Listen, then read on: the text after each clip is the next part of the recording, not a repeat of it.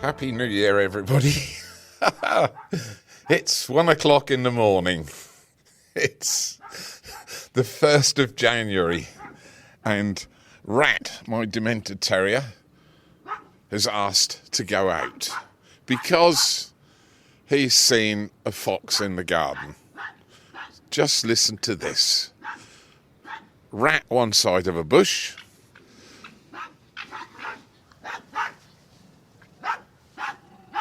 The fox the other. Right, Rat, would you come out of that bush?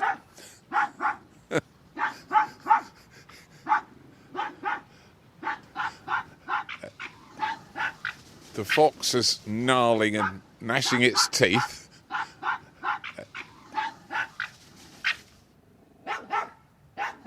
That noise is called geckering. And it's baring its teeth and gnarling and gnashing at Rat because he's cornered it in my shrubbery. Oh dear. I'm in a dressing gown and the wind's blowing a hoolie.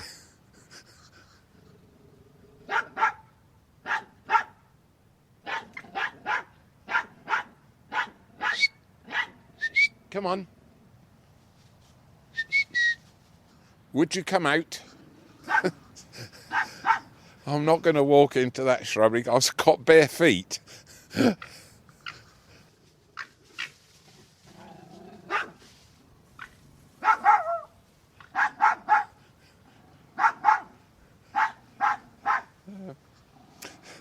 If anybody's got any ideas, you can write in.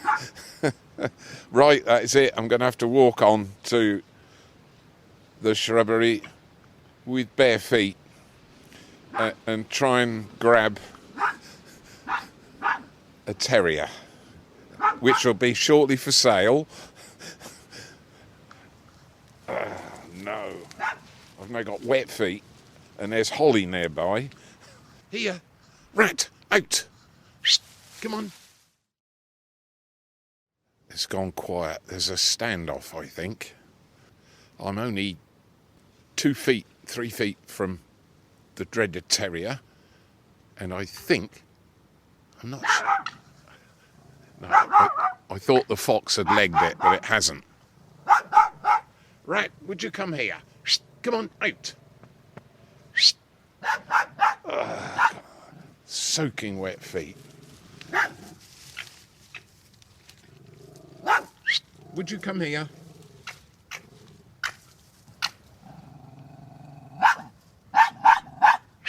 Come on, here, out.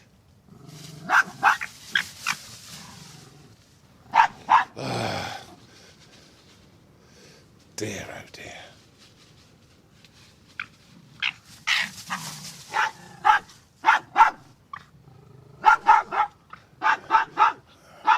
They're shouting and swearing at each other.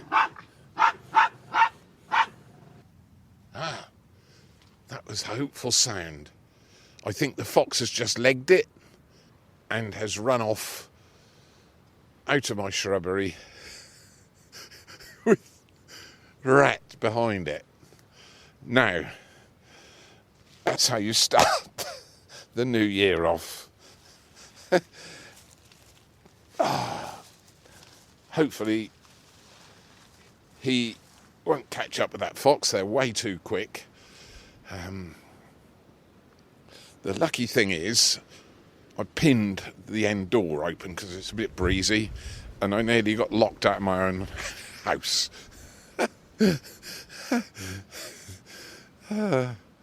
Dear. Right, we just got to wait for him to come back now. There'll be a few choice words, so I'm going to turn the microphone off now because you won't want to hear what I'm going to say. Oh dear. I made it back indoors. It's warm. I've got wet feet.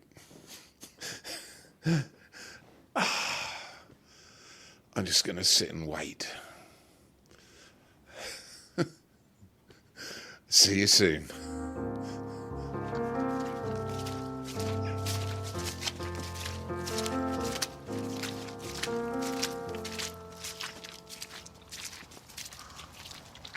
muddy and wet.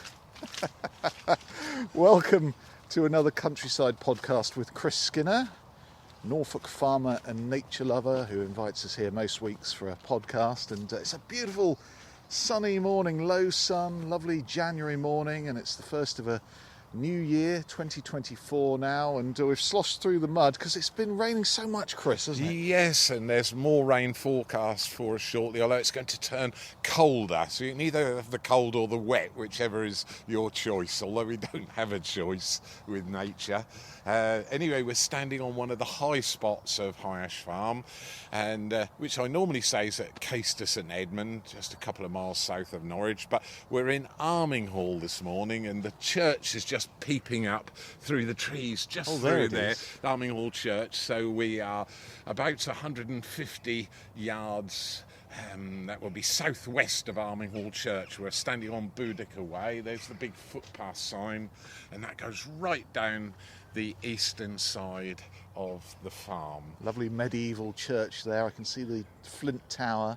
It just sits in the countryside beautifully, that. Yes, and then we turn round the other way, and just through the hedge is a panoramic view of about half of High Ash Farm there, with two of the valleys and hills in front of us, and they were running like a river yesterday, and the soil at the bottom of the valleys has chalk underneath, so it's very porous, and the water has just disappeared as though somebody's pulled a plug out of the bath and it's gone down into the aquifer. Exactly what we wanted to happen. The river, though, on a neighbouring property, the Taz, is completely flooded out onto the surrounding fields. Yes, my grandfather's old farm down there at Marksall, where my father was born, and it's doing exactly what it should do. It's called the water meadows down there, and it floods at this time of the year and kind of stores the water before it courses a bit further down into the river Yare, and it can be held up if necessary with some sluices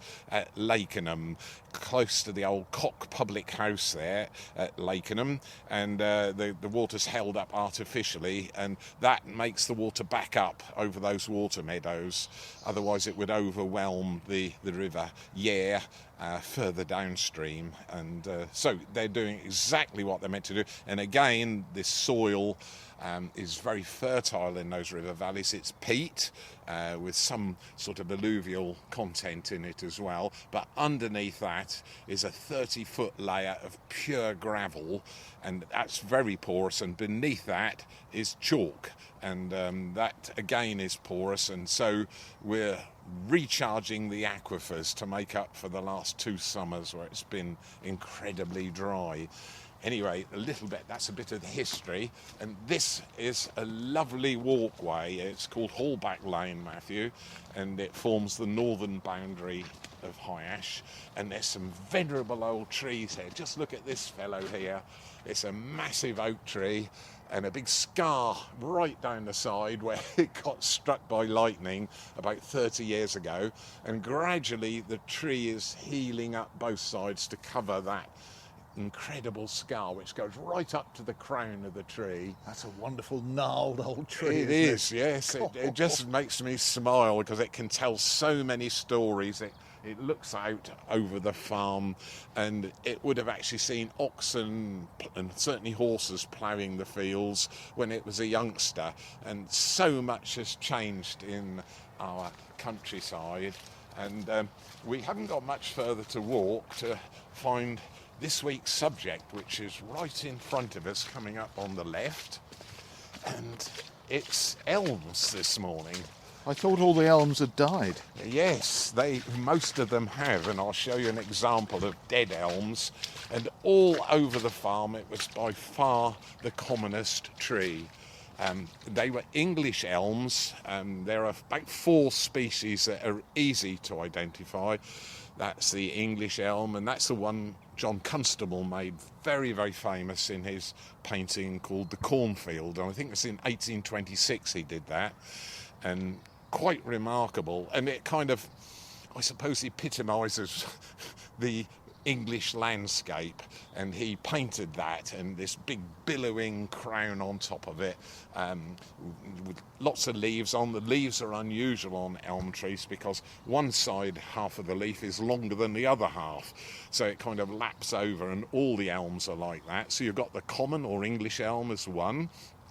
A little bit smaller one is called the wych elm, and that's all twisted and gnarled, rather like that oak tree we looked at. Then you've got smooth-leaved elms, and then the fourth one is the Dutch elm, but really nothing to do with the Dutch elm disease, which is a bit of a misnomer really, because it wasn't discovered in Holland, and it's got nothing to do with Dutch elms either, because Dutch elm disease affects all the species of elms in some form or other. And 50 years ago, that was big news, wasn't it? Oh, right across the world really, particularly in this country. There's elms over in Asia, different species of elms, and they're all susceptible to Dutch elm disease, but it's spread by a beetle.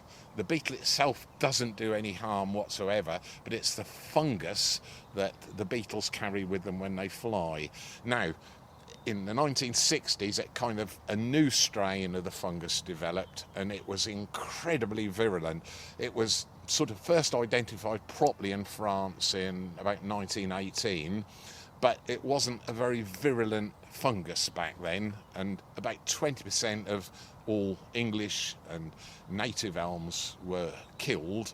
Some only partially killed, and elms have this habit of suckering out from the trunk or the base and regrowing, and so it wasn't disastrous, not until the 60s when this new sort of fungus sort of strain developed and absolutely went right through the elm population and devastated the ones at the farm. In a few minutes we'll move to the other side of High Ash Farm, and I'll show you some of the giant elms that were left and a new one that we've planted.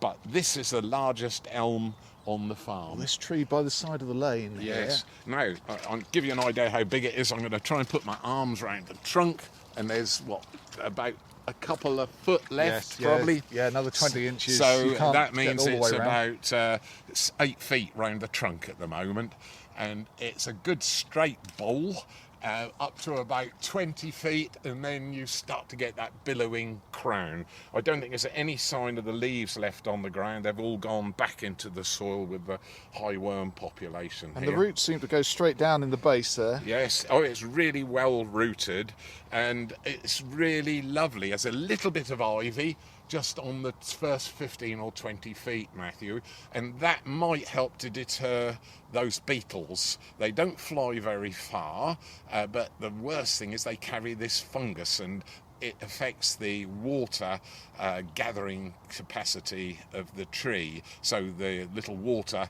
sort of vascules, you can call them, get blocked up, and the tree loses its ability to get water up into the crown. So the tree, you get patches of leaves dying, and then those leaves drop off, and then the fungus takes over and just overwhelms the tree. It can't just be that this has got ivy, that this has survived. There must be some other reason. And that's what we're trying to find out. We think there's some resistance beginning to develop, because if we just look on the other side of the track here and just walk through the mud a little bit more,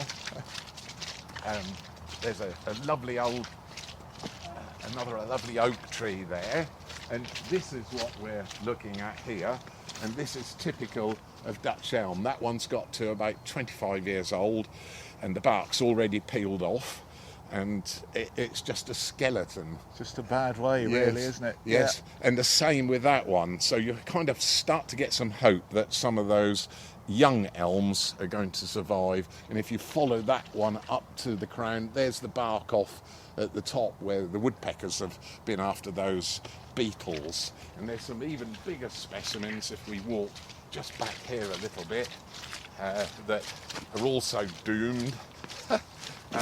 And so it's some hope, with fingers crossed, that quite a number of these elms, it's just through there, the other side of that venerable old ash tree, can you see?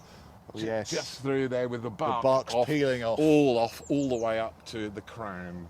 And so that's where the hope lies, that some resistance, because elms are unusual. They come into flower, which is unusual, sort of bright pink little rosettes of flowers in February and March, and once they're pollinated, they produce seeds, a little winged seed in a circle with a little notch on it, and the seed is bang in the centre of that, and that lands on the ground. And a lot of botanists think we're being sworn at by a great tit at the moment. Oh, there he is, right above our head. Paris Major, just swearing away. What are you doing here? Yes, what are you doing here? This is my territory. Really lovely. So the seeds drop on the ground in about June, July time. And as I said, a lot of botanists believe they're sterile. But what happens is, unless they drop on bare ground, they won't germinate. And their germination ability is so short, it only lasts about a day or 2 or 3 days. After that, they won't germinate. So they're really odd seeds. So elms get themselves about the countryside by something called suckering, where you'll have an elm tree like this one, and then a few feet away, you get a little sapling growing up, and that's come off the roots. And again, there, and all the way down, and it almost forms hedges, and that's the way it gets itself. So it takes thousands of years to get across the British Isles, obviously. So they're rhizomes? They're like rhizomes, but they're roots. It's just a normal habit that elm trees seem to have, just because they don't seem to seed themselves very successfully. Most of the elms you'll see that are left have come from the old parent trees, which died and got felled and long since forgotten. And that's the thing why I brought you here this morning. Elm trees have almost become a memory for people. You just don't see them, so they don't feature in our new generation's life, if you like. They never were there to start with. Anybody who's 30, 40, 50 years old won't know what an elm is, or the shape it was, or how important it was to some of our butterfly species, like one of the hair streak species of butterflies with a W on the underside of the wing. It's called the white letter hair streak butterfly, and that's almost exterminated because it's lost its food plant, which is elm. So there we are, a little bit of history. So we're going to hop back in the truck and go and, fingers crossed, see the new generation of elms that have been bred to be resistant. Off we go.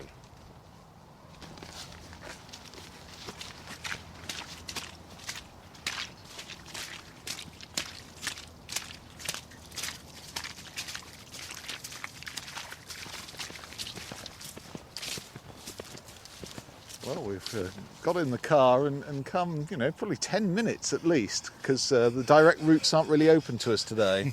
No, Matthew, it would have been quite a walk to go from one elm tree on the northern side of High Ash Farm to this new version of elm trees, which I'm quite excited about. We're just going to be visiting it in a minute, but all the way down here are elms that have lost their bark. There's one laying on the ground there, quite nice, it returns to the soil. 2 youngsters there, both about 20 feet tall, and lost their bark already. So they seem to get to that stage of 20 years old and then succumb once again to that virulent fungus.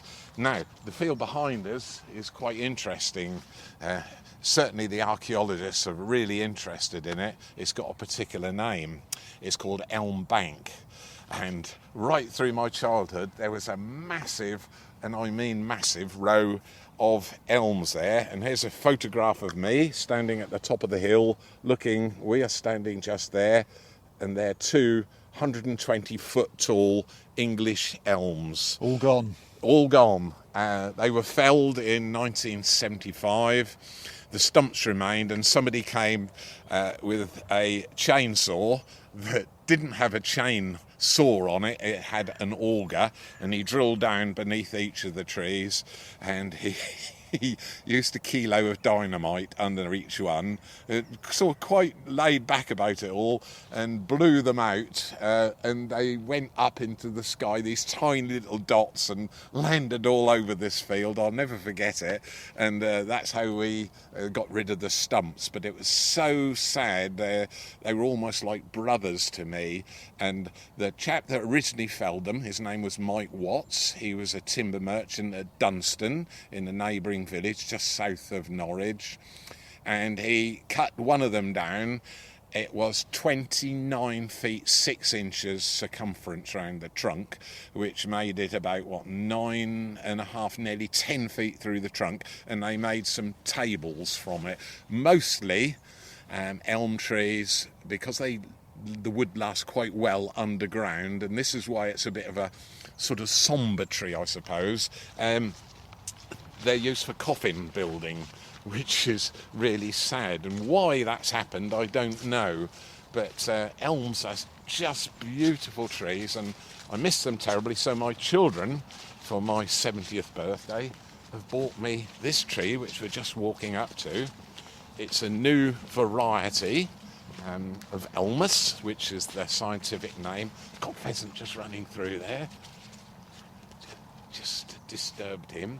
And if we walk in a little bit, I've planted it dead in line with this old bank, and the reason the archaeologists are interested in it, because bank, if you think about the word, it's somewhere you keep your money.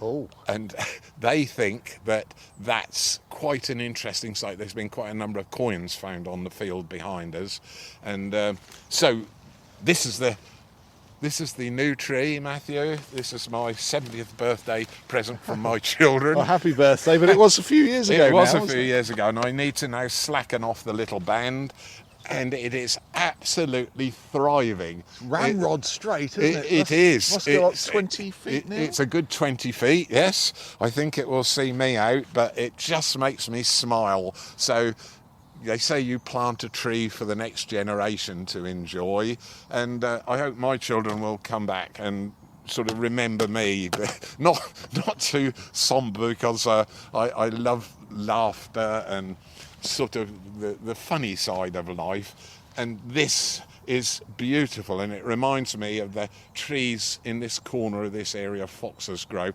The elms, Matthew, were so close together that you could hardly squeeze between the trunks. And I just remember as a youngster, I mean, I never thought anything would happen to them. And then in the 1960s onwards through to the 70s, that devastating fungus came and virtually wiped out all the elms here. So where we're standing here, where your new elm is, yes, it was thick absolutely with very mature this is the trees. exact spot where these mature trees were so thick that you couldn't really squeeze through them. I mean, it was impenetrable. And they were hundreds of years old? They were hundreds of years old. That giant elm that I described that got blown out with dynamite, the stump was just left in the middle of a field, really.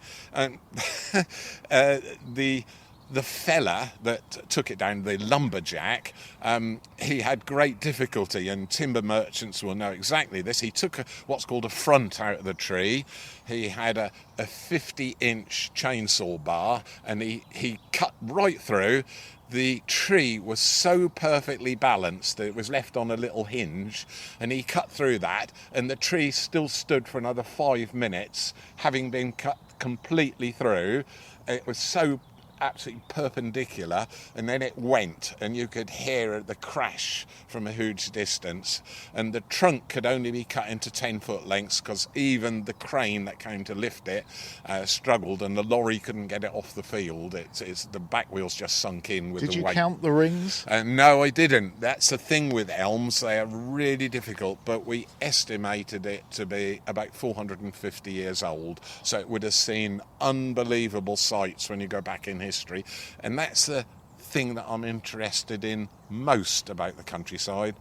Lots of people get excited about archaeology and the former inhabitants, the Saxons, the Romans, the Neolithic people, and I am equally interested in what's called the living heritage, and that's the bit that fires me up.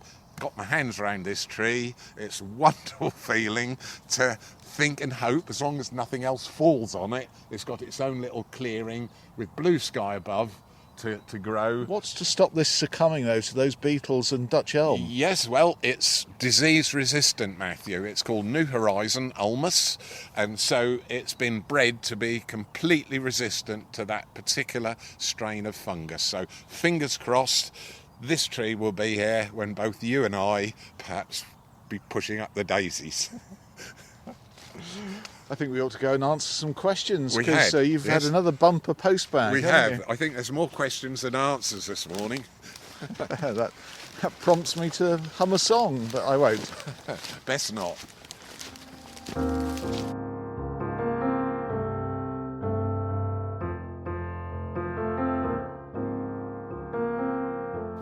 Well, we've picked a terrific morning to come and visit Chris Skinner on this current edition of the podcast, because the sun is shining, and although we've had some very dodgy weather recently, it's a lovely morning with some blue sky, and I think it's high time we had a look at some of the things that people are saying and coming through to you on the email, chris@countrysidepodcast.co.uk.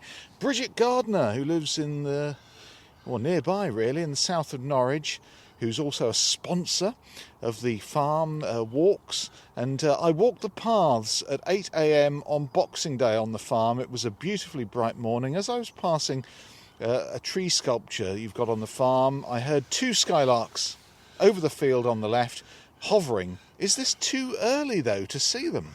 Matthew, accidentally we bumped into the skylarks at High Ash Farm on the other side of the farm on last week's podcast, and I explained what they were doing. They're flocking up at this time of the year and pairing up as well, and that's why we heard the singing, which is on the last week's podcast. You managed to record some very well indeed, and it's quite normal for them. And remember, many birds are now in full breeding plumage, particularly our waterfowl, birds like mallard sporting their emerald green heads, and the females as well, and they're all paired up. A lot of the corvid species as well, certainly jackdaws and rooks are all paired up or are pairing up at the moment, and skylarks are no exception to the rule. So what you saw is probably a pair.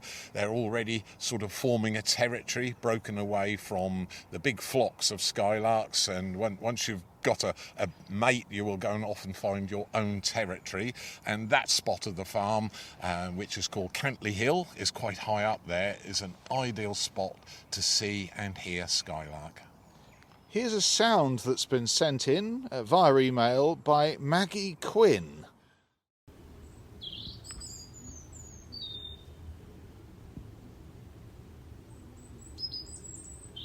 And Maggie writes, currently the bird that you can hear is waking me up at 5 a.m. It's still dark. Although I'm in the city, the street lights are dimmed until 6 o'clock, so minimal light pollution. On recording, it can hear a response from another bird in the distance, but it's not picked up on the recording. By 7 o'clock, it's all over, and I'd be grateful if you could identify the bird.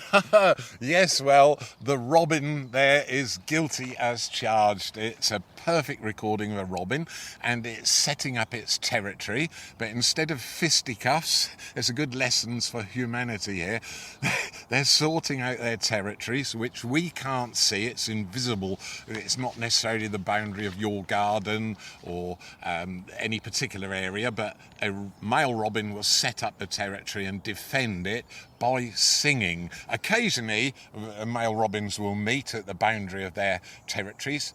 Remember, they're early nesters. You can have eggs in the nest, certainly at the end of January in a mild winter, and all the members of the thrush family will be doing the same. Blackbirds in particular, early nesters, song thrushes to missel thrush to very, very early nesters, and the two migratory species of thrush which we have here in the country, redwing and fieldfares, they'll go back to their territories in Western Europe. So that's it. So definitely a robin. I listened carefully, and it's another robin in another territory answering back, but they're just sorting it out in a very gentlemanly way.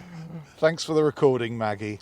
And hello to Frederick Rappold, who sent us a note to say, a couple of podcasts back, Chris, you mentioned you had dozens of bird boxes scattered over the yard and stabling area. I've a couple of boxes in my garden, and the blue tits are in and out already, as I think they may be preparing already for laying.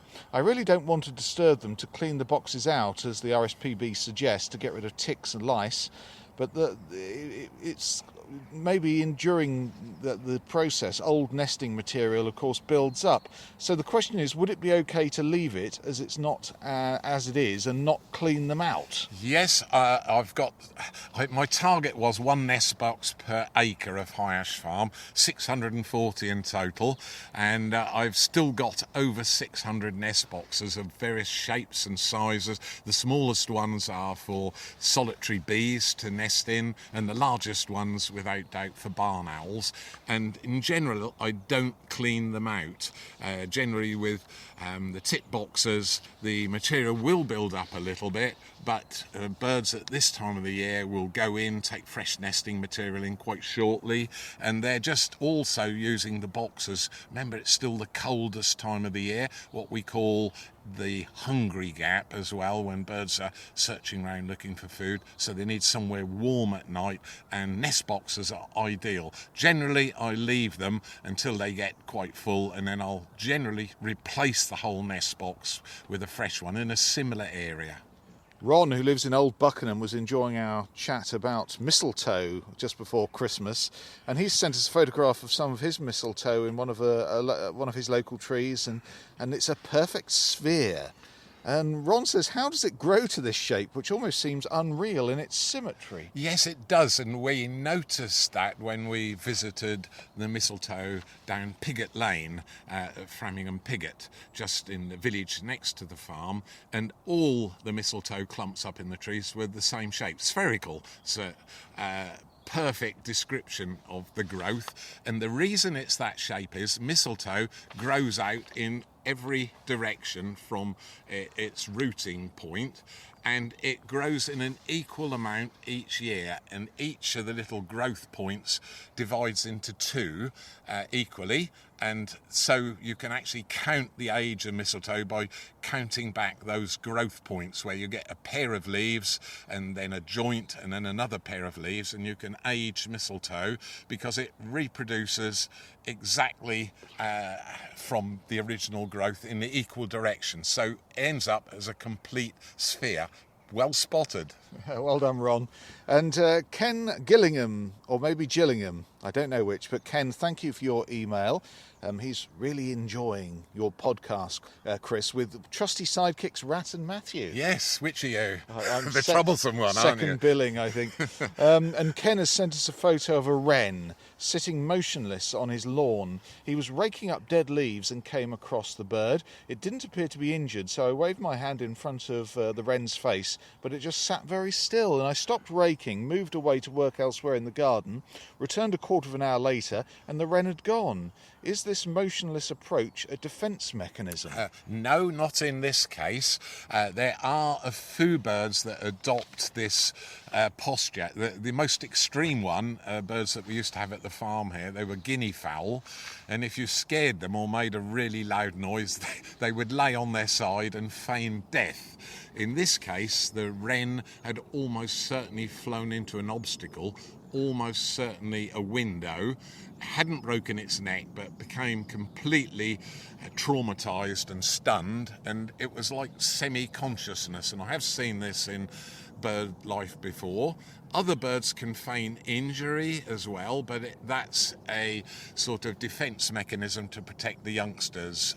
One bird that immediately springs to mind would be lapwing. When they've got young in the nest or egg laying on the ground and the female's incubating the eggs, the male lapwing will run along the ground with one wing, which is obviously broken, to deter the predator, in this case probably a human, away from the nest. But quite often I've seen this with birds that fly into glass, and in this case almost certainly the wren had stunned itself, and it's lucky to be alive and probably made a safe escape. Yeah. Sounds like a happy ending anyway, and we're almost ready to get towards our ending on this week's podcast. But finally we go to Wendy Bylot, who is our whatever did the Romans do for us correspondent. Yes, exactly. Wendy's very knowledgeable with the Roman occupation of East Anglia. And she queried last week about whether Caister here near Norwich is the Roman capital of East of England, or Colchester, where she used to live.